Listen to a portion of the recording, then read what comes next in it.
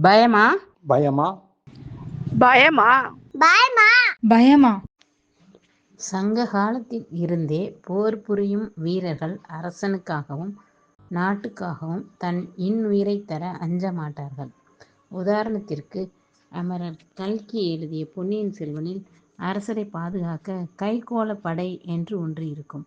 அரசனுக்கு ஏதாவது நேரிட்டால் தங்கள் தலையை தாங்களே அறுத்து தட்டில் வைப்பார்கள்.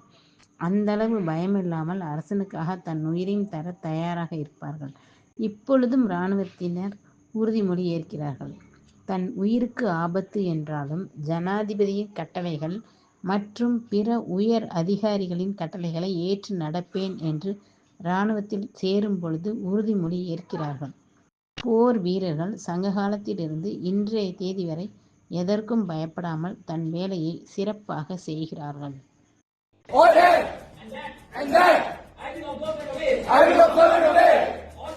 All command of the President of the Union of India and the commands of any officer set over me even to the peril of my life.